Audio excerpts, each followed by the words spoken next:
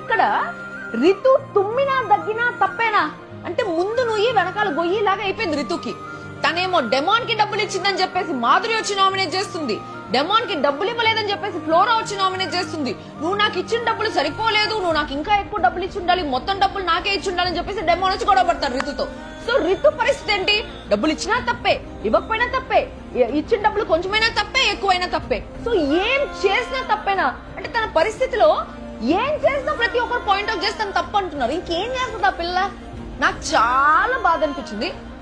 తన కోసం స్టాండ్ తీసుకునేదానికి కూడా ఎవరు లేరు, తన కోసం మాట్లాడే వాళ్ళు ఎవరు లేరు. కనీసం ఇదంతా అయిపోయిన తర్వాత తను వెళ్ళి వెంట్ అవుట్ చేసుకోవడానికి ఒక షోల్డర్ కూడా లేదు.